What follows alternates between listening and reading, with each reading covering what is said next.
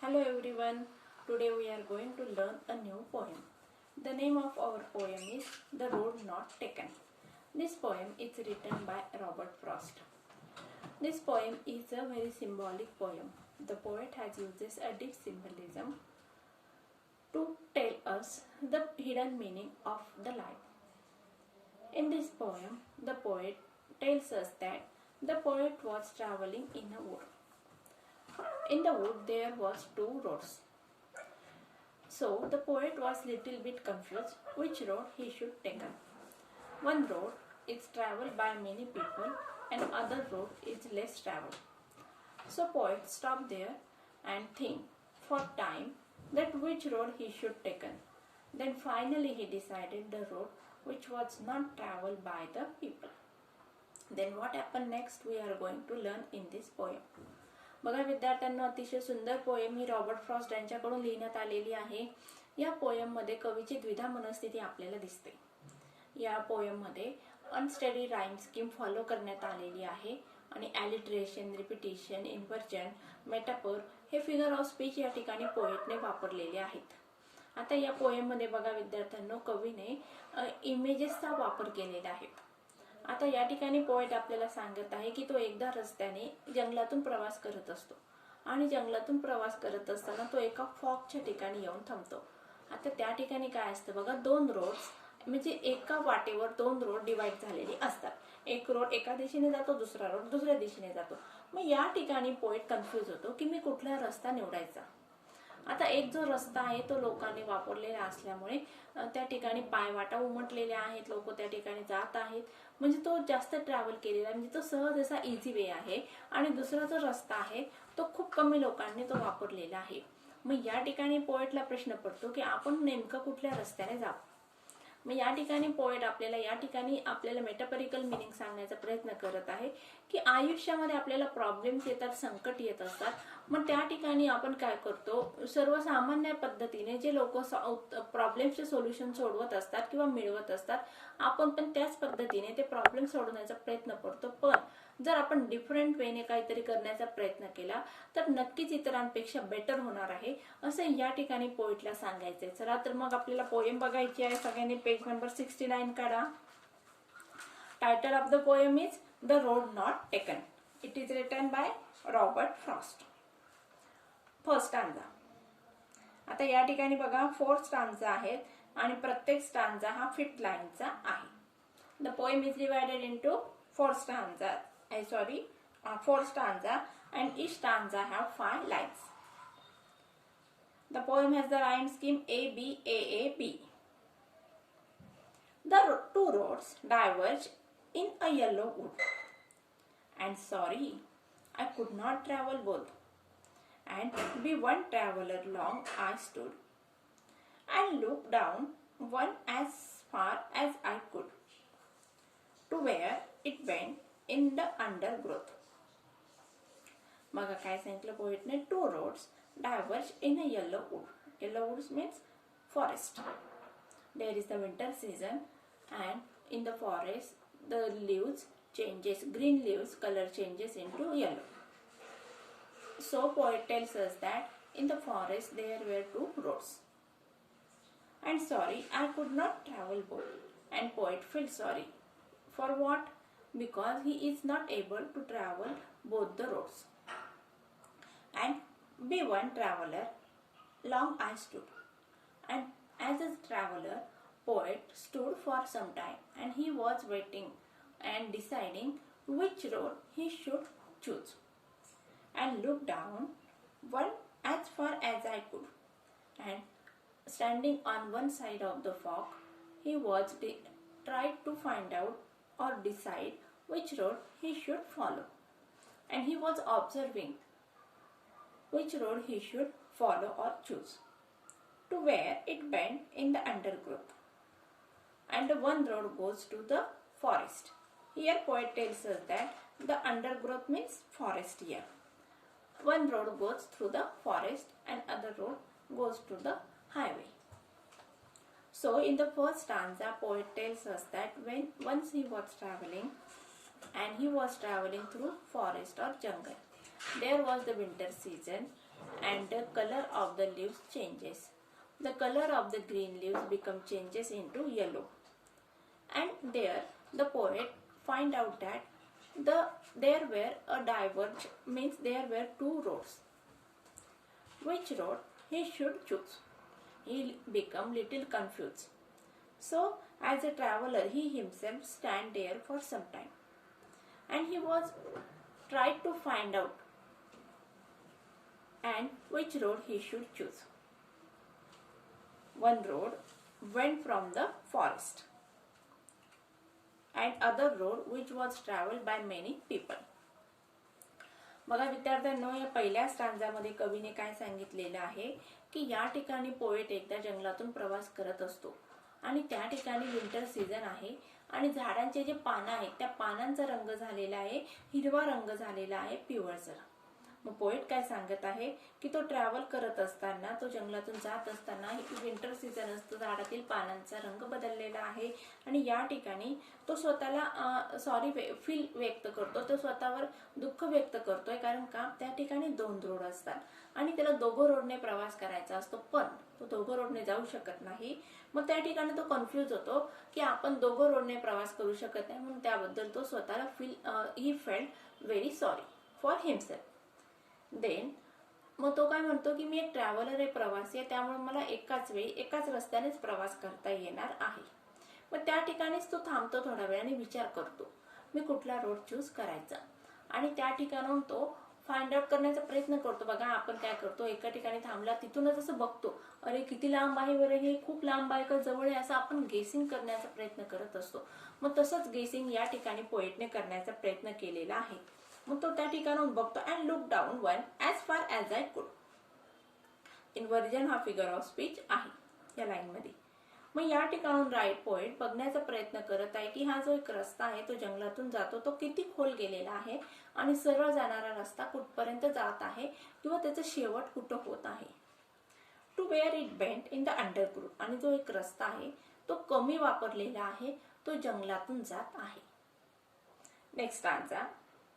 Then took the other as just as fair, and having perhaps the better claim, because it was grassy and wanted wear. Though as for that the passing there had warned them really about the same. In the second stanza there is the description. The poet told us that he had chosen the second road, which goes through the forest, which was not traveled by many people, and the road was very grassy and needed to travel by the people. So the poet had chosen the road which was going through the forest. बघूया. Then took the other as just as fair. Then poet just as good. Just as fair means just as good. So the poet, there was the two roads, and one road go through the forest and other road goes to main highway. The poet chose the road which was going through the forest. So poet tells us that he took the second one, that road which was going through the forest. That road was just good and having perhaps the better claim. And poet told us that that road was not more traveled by the people in this line, and having perhaps the better claim. Claim means या ठिकाणी बघा, claim केलं म्हणजे काय, आपण हक्क सांगितलेला आहे. म्हणजे मग या ठिकाणी कवीला काय सांगायचंय की त्या रोडवर जास्त लोकांनी आपला हक्क सांगितला नाही, म्हणजे काय, it was less travel by people. Because आता कारण सांगितलंय, मग it was less travel by people म्हणजे का, मग त्याचं कारण सांगितलंय. Because it was grassy and wanted wear. The road was full of grass. Means the road was going through the forest and people were afraid because of the forest. Through as for that the passing there had warned them really about the same. So the people were afraid.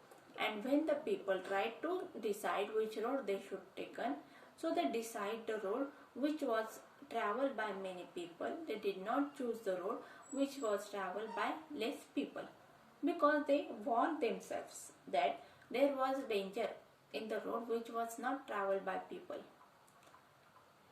बघूया परत. And then took the other, just as fair. Simile या figure of speech आहे. बघूया. Then took the other as just as fair. The poet told us that he has taken the other road, which was going through the forest, and having perhaps the better claim. In this line, poet told us that the road which was not traveled by many people. Because मग आता कारण काय सांगितलं, कारण तो road कसा आहे, it was grassy, तो रोड पूर्णतः गवताने भरलेला आहे. म्हणजेच त्या रोडवर किंवा जो रोड जंगलातून जातो तो पूर्णतः काय आहे, ग्रीनिश आहे. त्या ठिकाणी हिरवळ आहे, मोठी मोठी झाडं आहे आजूबाजूला. And wanted wear means needed to be used, means it was not less traveled by the people. Though as for that the passing there, so the poet decided to choose the road which was going through the forest, had warned them really about the same, and he himself, the poet himself, warned that there was nothing dangerous, both roads were same. या second स्टांजामध्ये बघा पोएटने काय सांगितलेलं आहे की या ठिकाणी poet दोन road असतात, त्या दोन रोडपैकी एक रोड चूज करण्याचा प्रयत्न करत असतो. आता एक जो रस्ता आहे तो रस्ता खूप लोकांनी वापरलेला असतो आणि दुसरा जो रस्ता आहे तो जंगलातून जात असतो, तो खूप कमी लोकांनी वापरलेला असतो. मग या ठिकाणी कवी काय सांगत आहे, तो रोड पण खूप चांगला होता की जो जंगलातून जात असतो, पण त्या रोडचा काय प्रॉब्लेम आहे, कारण तो खूप कमी, जस्ट बघा या ठिकाणी काय सांगितलं, द बेटर क्लेम. म्हणजेच मग काय या ठिकाणी लोकांनी हक्क सांगितलेला नसतो, कारण लोकांनी त्या ठिकाणी वापरलेलेच नसतात. आपण एखादी गोष्ट किंवा एखाद्या रस्त्यावरून वापरत असतो तर आपण काय म्हणतो, आम्ही हक्काने या रस्त्याने जातो बरं. मग या ठिकाणी पोएटला काय सांगायचं की लोक त्या ठिकाणी वापरतच नाही, बिकॉज इट वॉज ग्रासी. मग त्याचं कारण काय सांगितलं पोएटने, कारण तो रस्ता कसा आहे, ग्रासी आहे, फुल ऑफ ग्रीनिश आहे, ग्रीनरी आहे. And wanted wear and needed to be used. Though as for that the passing there, and poet thinks that when he gone through that road, there was not a difficulty because he was an adventurous fellow. Third stanza. बघा या ठिकाणी या poem मध्ये चित्र दिलेलं आहे, दोन road आहेत आणि मग आता पोएट त्या ठिकाणी विचार करत आहे की कुठला रस्ता त्याने निवडायचा. Third stanza. And both that morning equally lay in leaves, no step had trodden black. Oh, I kept the first for another day, yet knowing how way leads on to way, I doubted if I should ever come back. Next stanza मध्ये काय सांगितलं बघायचंय. And both that morning equally lay. मग त्या ठिकाणी both that morning म्हणजे त्या सकाळी, मग इक्वली ले म्हणजे काय, अंतर या दोघं रस्त्यांचं कसं होतं, सारखंच होतं. जंगलातून जाणाऱ्या रस्त्याने पण तितकाच वेळ लागणार होता आणि सरळ जो रस्ता लोकांनी वापरलेला त्या रस्त्यावरून पण जाण्यासाठी तितकाच वेळ लागणार होता. In leaves no step had trodden black. मग काय सांगतोय कवी बघा, जो रस्ता जंगलातून जात आहे त्या ठिकाणी पानं आहेत, सगळीकडे हिरवळ आहे आणि त्या ठिकाणी मग ट्रॉडन ब्लॅक म्हणजे काय, वॉक ओव्हर. आता जे जंगलामध्ये पानं पडलेली आहेत, हिरवळ आहे बघा, हिवाळा असल्यामुळे काय होतंय, झाडाची पालवी किंवा पानं खाली गळून पडलेली आहेत, त्या ठिकाणी पानांचा सडा पडलेला आहे. आणि या ठिकाणी पोएटने कल्पना केलेली आहे किंवा आपल्याला पोएट सांगण्याचा प्रयत्न करत आहे की त्या पानांवरून कोणीही चाललेलं नाही आहे, म्हणजे ती पानं समान पातळीवर पडलेली आहेत. हवेचा झोत आल्यानंतर किंवा वारा आल्यानंतर ती पानं उडून जातात. Oh I kept the first for another day. मग या ठिकाणी पोएट काय म्हणतो की मी आता तो रस्ता चूज करणार की जो जंगलातून जात आहे, त्या ठिकाणी जमा झालेली पानं पडलेली आहे, त्या ठिकाणी गवत आहे. आणि कवी मग स्वतःला समजतो की मी आज या रस्त्याने जातो आणि कधीतरी मग जो रस्ता जास्त ट्रॅव्हल केलेल्या लोकांनी मी त्या रस्त्याने जाणार. Yet knowing how way leads on to way. आता या ठिकाणी कवी काय सांगतो की मला माहिती, म्हणे काय माहिती बघा, how way leads on to way. हा दोघं रस्ते एकाच ठिकाणी जाऊन मिळतात, म्हणजे कवीला ज्या ठिकाणी जायचे त्या ठिकाणी जाण्यासाठी दोघं रस्ते समान ठिकाणी येऊन भेटत असतात. I doubted if I should ever come back. मग या ठिकाणी कवी काय सांगतोय, मी आता स्वतःलाच कन्फ्यूज आहे, कारण का मी परत या रस्त्यावरून परत कधी येईल की नाही, आणि मी आता या एका रस्त्याने ट्रॅव्हल केलेला आहे, जंगलातून जाणारा रस्ता, आणि जो दुसरा रस्ता आहे त्या ठिकाणाहून मला प्रवास करायला मिळेल की नाही याबद्दल मला शंका आहे. In the third stanza, the poet was standing for some time. He was little bit confused which road he should take. Then he decided the road which was going through the forest. There in the forest there was a winter season, and the green leaves changes into yellow leaves, and that leaves falls from the trees. There was a lot of leaves fall down on the road. And poet says that on that road there was a heavy and huge leaves fall down. So the poet says that there was no person gone through that road. So he decided to choose the road which was gone from the forest. Then poet thinks that he will come. Then he understand himself, or he tried to convince his mind that he will come one day, and he will travel the road which was traveled by many people. Again he thinks that when he will come and he will choose the other road. Here the poet tries to show the confused mindedness of the common human people. When there are difficult situations or conditions in our life, we have many options. So we want to choose but only one option. So we are little bit confused which option we should choose. In the same way, the poet was a confused fellow.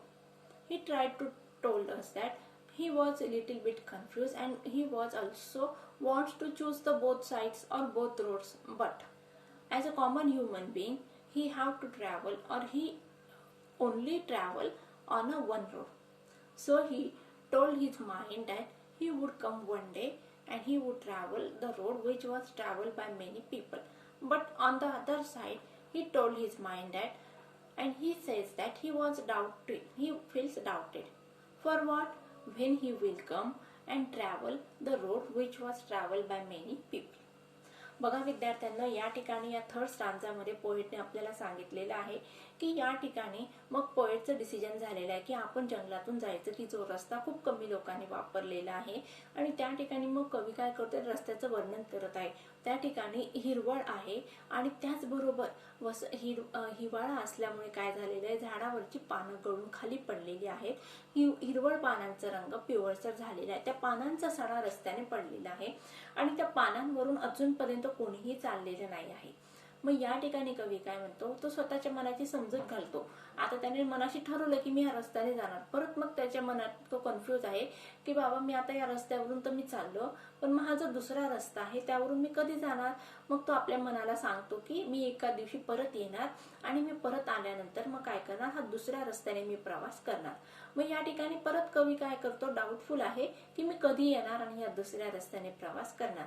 या ठिकाणी बघा, माणसाची जी tendency असते ती या ठिकाणी कवीने सांगण्याचा प्रयत्न केलेला आहे की सर्वसामान्य जो माणूस असतो त्याच्या आयुष्यात वेगवेगळे प्रॉब्लेम्स येतात, डिफिकल्टीज येत असतात.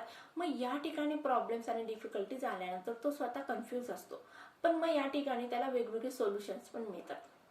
आता सोल्युशन्स मिळाल्यानंतर कुठल्या रस्त्याने किंवा कुठल्या मार्गाने त्याने जावं, किंवा कुठल्या मार्गाने त्याला त्याच्या प्रॉब्लेमचं उत्तर मिळणार आहे, त्या ठिकाणी दोन ऑप्शन्स असतात. मग हा एक ऑप्शन आहे, दुसरा एक ऑप्शन आहे. मग त्या ठिकाणी परत त्या माणसाची किंवा व्यक्तीची द्विधा मनस्थिती होते की कुठला ऑप्शन चूज करायचा. मग आता हा चूज केला की असं होणार, तो चूज केला की तसं होणार. मग एक ऑप्शन चूज केल्यानंतर परत माणूस विचार करतो, अरे मी हा चूज केला असतं बरं झालं असतं. मग अशा प्रकारे मग कवी कॉमन ह्युमन टेंडन्सी, या ठिकाणी doubtful nature of human being आपल्याला या ठिकाणी डिपिक्ट करत आहे. Next stanza. I shall be telling this with a sigh. Somewhere edges and edges hence, two roads diverge in a wood, and I took the one less traveled by, and that has made all the differences. Last स्टांजामध्ये काय सांगितलं बघूया. I shall be telling this with a sigh.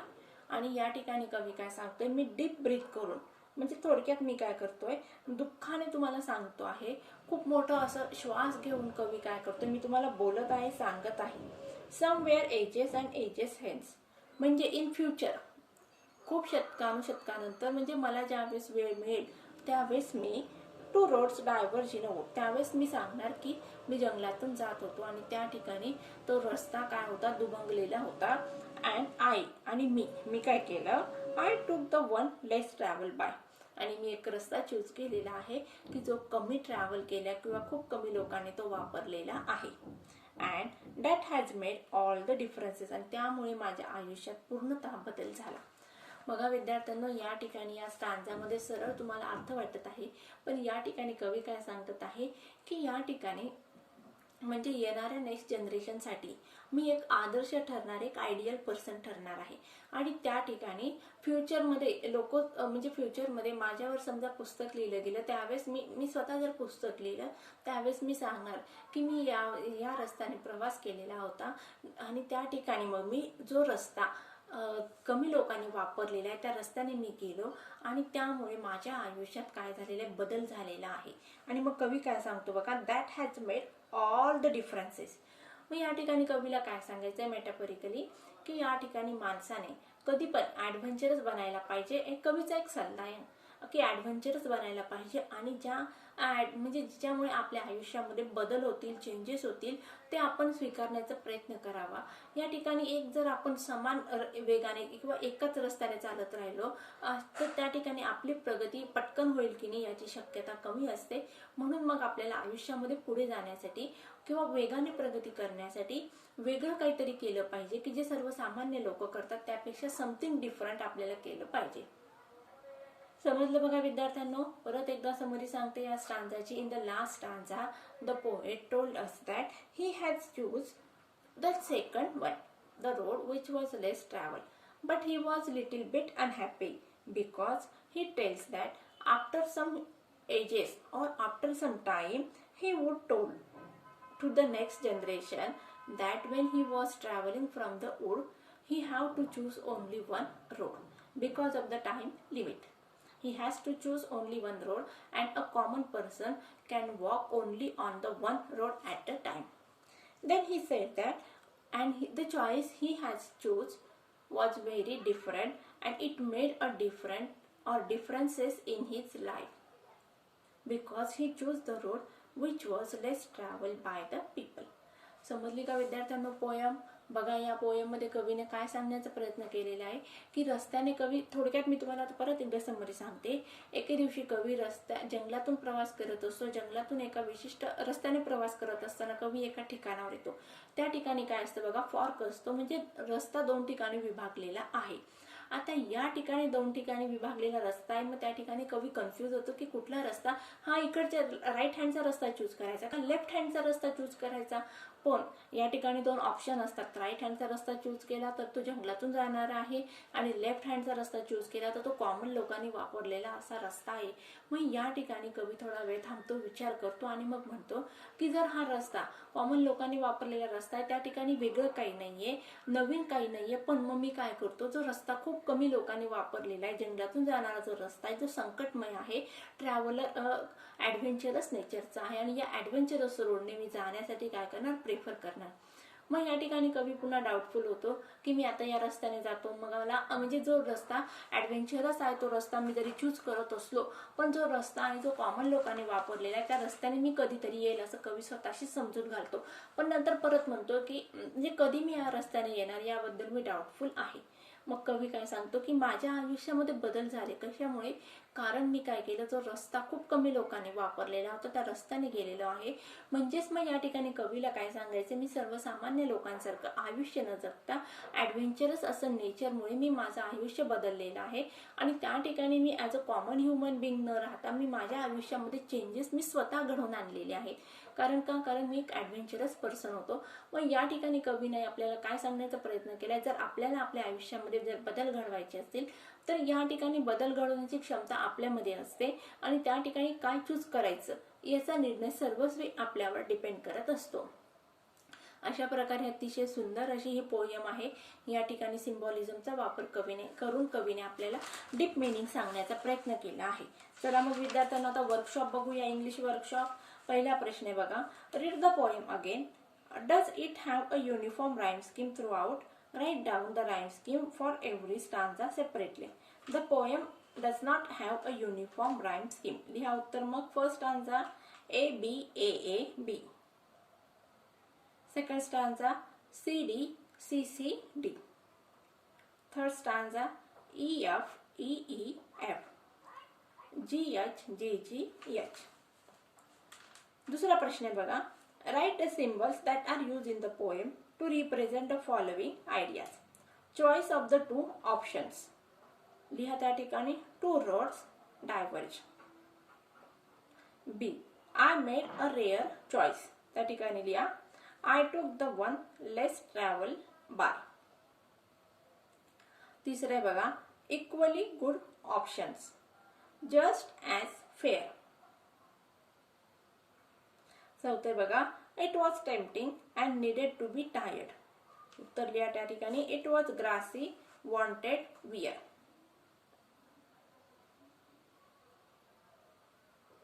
Tried इथे हा sorry. Some other time, another day. तिसरा प्रश्न आहे बघा Rearrange the following facts in a proper order and fill in the flow chart. आता फ्लो चार्ट आपल्याला complete करायचा आहे. तर पहिले बघा पहिल्या बॉक्स मध्ये काय येणार The traveler came to fog. FORK. त्या ठिकाणी लिहा D. पहिल्या याच्यात पहिल्या बॉक्स मध्ये कुठला ऑप्शन येणार मग D. दुसऱ्या बॉक्स मध्ये येणार C. C चं काय बघा He observed one as far as he could. नंतर त्याच्या खाली जो ॲरो केलेला आहे त्या ठिकाणी येणार A ऑप्शन. त्याचं उत्तर आहे बघा He chooses the one barely traveled. त्याच्यानंतरच्या ॲरो केला त्या ठिकाणी येणार E option. He planned to travel along the previous one some other time. आणि शेवटचा जो बॉक्स आहे त्यामध्ये येणार बी ऑप्शन.